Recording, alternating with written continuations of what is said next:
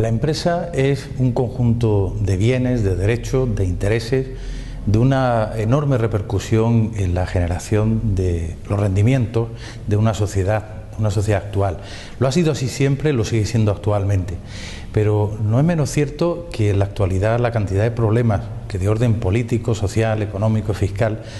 que existen en torno al fenómeno de la ordenación de la empresa hacen que el titular de una empresa, y mucho más una empresa familiar, deba pensar muy detenidamente cuál es el régimen de ordenación de inicio de su actividad, el régimen de su conservación y fundamentalmente cuál va a ser el sistema de transmisión para después de su muerte. En este sentido, es fundamental que el empresario cuente con lo que se denomina un plan de empresa. Ese plan de empresa hará que haya que personalizar, de acuerdo con el ramo de actividad, el conjunto de elementos patrimoniales que lo componen, los elementos subjetivos, las personas que van a intervenir en él, la forma más idónea de ordenación. Hay opciones dentro de la estructura de personas jurídicas o fuera de ella. Dentro de la estructura de personas jurídicas contamos con la fórmula de la comunidad de bienes, sistema muy simple por el cual los partícipes reciben una cantidad de rendimientos anuales como consecuencia de su actividad que se imputan directamente sus impuestos sobre la renta de las personas físicas bajo la fórmula de la transparencia fiscal, pero que evitan en todos los casos la posibilidad de desgravaciones fiscales e incluso de la obtención de beneficios, ayudas, estén programadas directamente para la mayor actividad y la mejor actividad de esa estructura empresarial.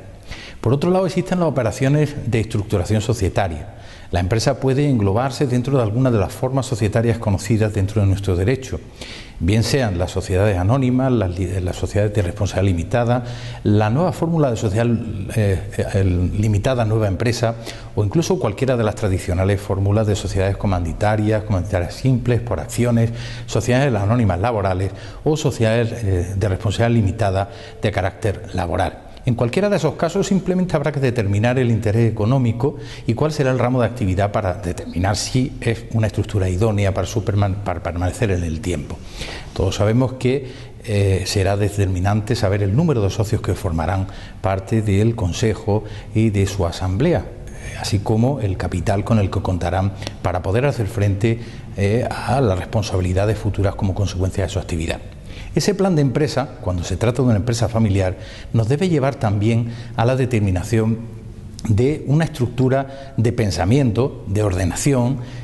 llamado protocolo familiar. Ese protocolo familiar debe estar realizado siempre con el mejor y máximo asesoramiento de profesionales que de forma global analicen las soluciones constitutivas, las soluciones de responsabilidad, las soluciones relativas a la contratación e incluso posteriormente a la responsabilidad y la propia disolución.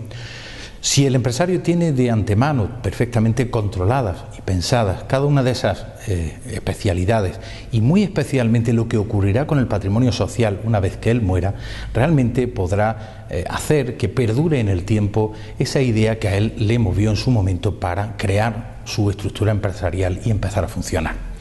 La estructura del protocolo familiar debe abarcar muy diversos conceptos. La persona desenvuelve su función dentro de la familia, por tanto, habrá que analizar el régimen económico matrimonial del titular principal de la empresa. Habrá que analizar las situaciones matrimoniales, de crisis matrimonial en las que puede haber estado incluido. Habrá que analizar las consecuencias de una eventual separación matrimonial o un divorcio. Habrá que analizar el régimen jurídico aplicable a los derechos de contenido patrimonial que deban ser adjudicados a su cónyuge. Asimismo, dentro del protocolo familiar, habrá que estudiar también la asignación de derechos legitimarios respecto de los hijos, teniendo en cuenta que nuestro derecho hace que los hijos, como herederos forzosos en primera línea, sean llamados con carácter imperativo por orden de nuestro Código Civil. El cónyuge viudo además sigue manteniendo una posición de participación económica dentro de la estructura empresarial, como es el conocido usufructo vidual, un usufructo que desde el protocolo familiar también podrá ordenarse en cuanto a la posibilidad de conmutarse en metálico, evitando que exista o coexista las relaciones entre los socios que continúen al frente de la empresa y el cónyuge viudo, que quedaría de esta forma apartado de la gestión efectiva, pero viendo satisfecho íntegramente sus derechos. Este protocolo familiar, a su vez, deberá ordenar también la sucesión, y en él pues se establecerán condiciones respecto de las situaciones testamentarias, ordenando o incitando al causante a tomar decisiones dentro de las capacidades de disposición que la ley les permite. Es conocido que la posibilidad de mejorar a alguno de los hijos descendientes realizando adjudicaciones de acciones, participaciones, determinados bienes, puede llegar a ser muy importante a la hora de equilibrar o reequilibrar las relaciones dentro de un consejo de administración. Igualmente ocurre en esa capacidad dispositiva que tiene atribuido el testador como consecuencia del tercio de libre disposición. Será determinante saber a qué personas y en qué condiciones se va a realizar esa adjudicación. Desde el protocolo familiar, el despacho profesional deberá asesorar la forma de integración o de exclusión de miembros dentro de la estructura familiar. De ahí que en el protocolo se puede estudiar la configuración de pactos sociales y pactos extrasociales. Los pactos sociales estarían incluidos de antemano dentro de los propios estatutos constitutivos de la empresa. Los pactos extrasociales serían aquellos que no condicionarían en modo alguno a la empresa en cuanto a su inicio de actividad, pero posteriormente agravarían o beneficiarían las consecuencias, sobre todo de orden económico, de su funcionamiento ordinario. En cualquier caso, lo recomendable para cualquier empresario, y especialmente cuando se trata de un empresario familiar, es que un despacho profesional suficientemente cualificado ordene, califique y analice cada una de las relaciones jurídicas en las que verá integrada su actividad para saber si la forma jurídica elegida es la idónea, si el destino de todas las participaciones previsto por el propio fundador en los estatutos iniciales o posteriormente a través de disposiciones testamentarias mortis causa es idóneo, así como el régimen de aplicación y vigencia de eventuales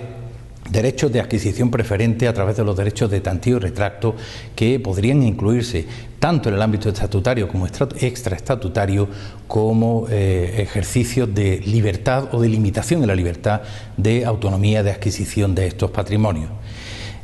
La empresa, como universalidad de bienes, como complejo de bienes integrados, requiere siempre soluciones individuales a cada uno de los bienes que lo componen y por tanto